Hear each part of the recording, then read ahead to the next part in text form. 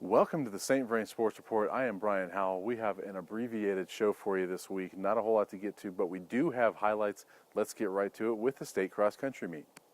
Colorado Springs, the site of the state cross country meet this year. We start with the 4A girls race. Lots of things going on locally in this one. Starting with Silver Creek, they qualified their entire team for the first time in school history on the girls' side. Michaela Gaffney had a great meet for the Raptors. She finished 22nd overall, second among freshmen, so she's going to be doing some big things in the coming years. Now it's Jenna McCaffrey was 27th overall and third among freshmen. Those two girls ought to have a fun duel over the next 3 years.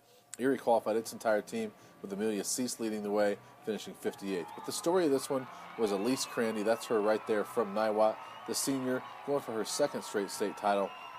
She cruises in 18 minutes, 7.8 seconds for a course record, winning her second straight state title. Niwot second as a team.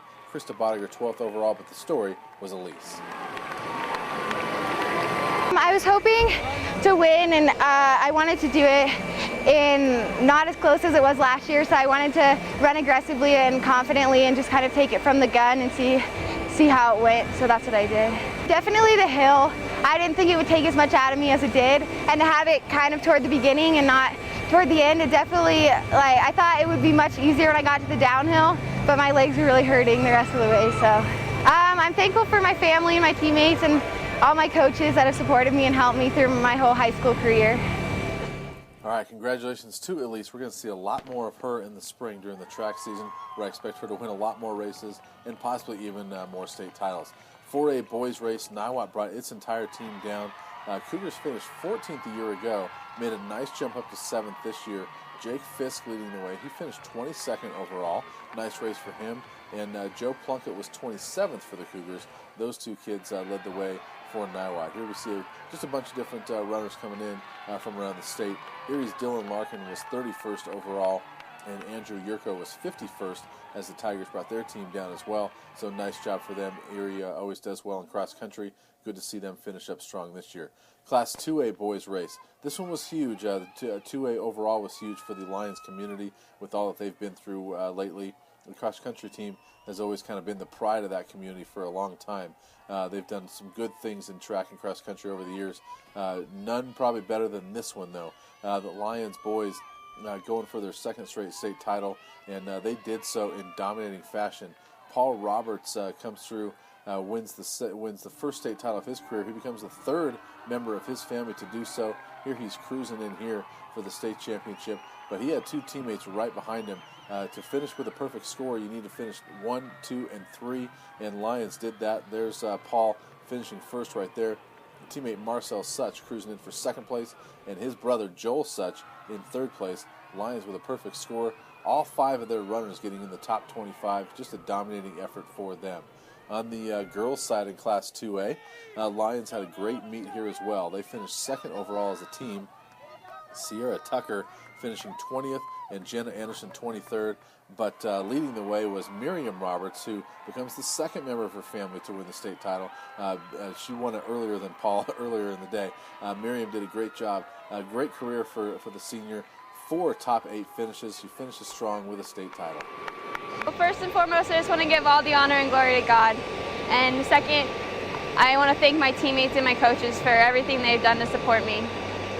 My goal today was to just go out a little bit more relaxed and relax up to the hills and then push on the downhill. And I was able to do that and obviously have a pretty good race. It's definitely been a good experience for us. It hasn't been an easy experience, but it's definitely brought us together as a community. And I think it's made us all closer as teammates and as a school.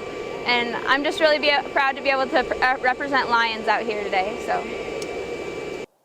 Congratulations to all the runners who qualified for the state cross country meet. No matter where you finish, it's a great accomplishment just to get there. Congratulations to all of you who did qualify. All right, we have some highlights for football and soccer, and let's get right to those. Perhaps the most anticipated football game of the year, undefeated Meade hosting 5-2 Silver Creek. This one did not live up to the billing, though. Griffin Nelson early dropping back to pass.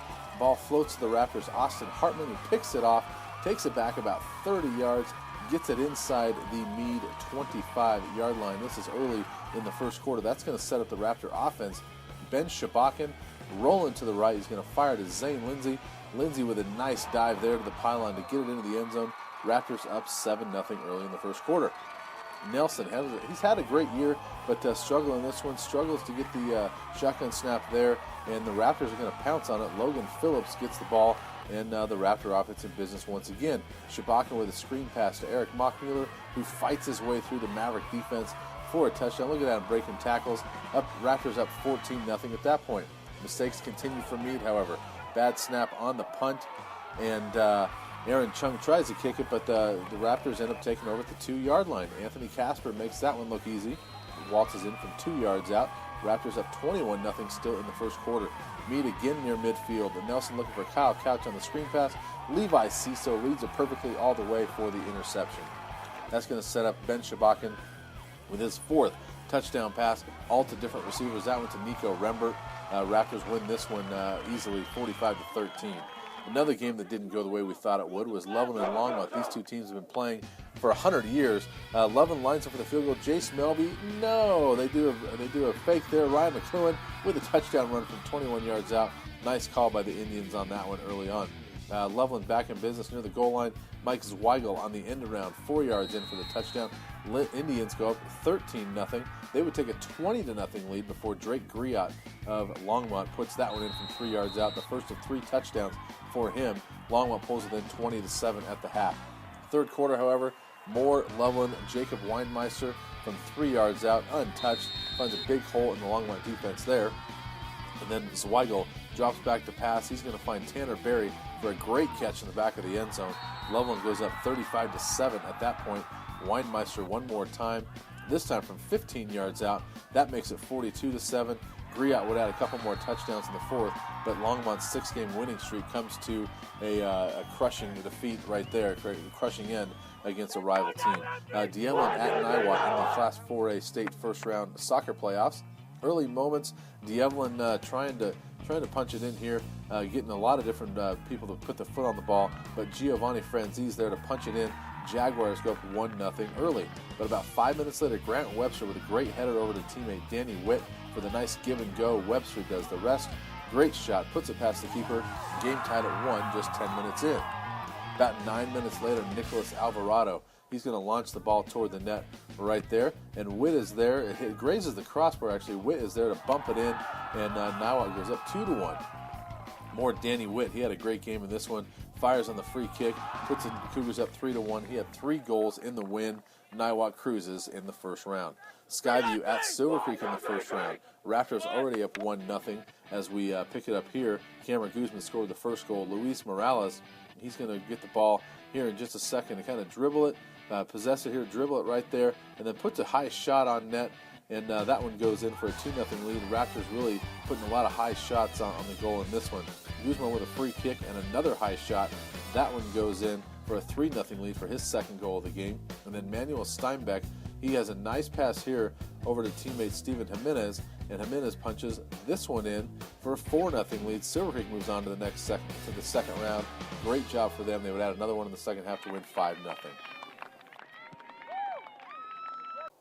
All right, so one game you did not see there was Skyline. They made it to the Class 4A state tournament in boys soccer as well.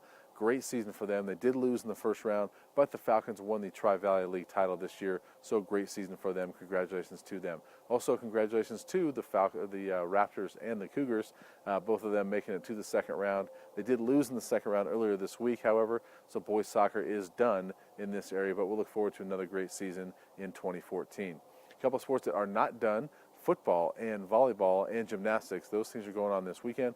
Football wrapping up the regular season this week, and volleyball heads into the district playoffs.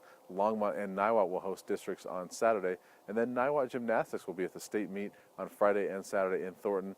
Check out bocopreps.com and the Longmont Times Call. They'll get you up to date on all those things going on this weekend. And check us out next week. We hope to be back with a full show next week here at Channel 8. And thank you for watching this. Look forward to seeing you again next week.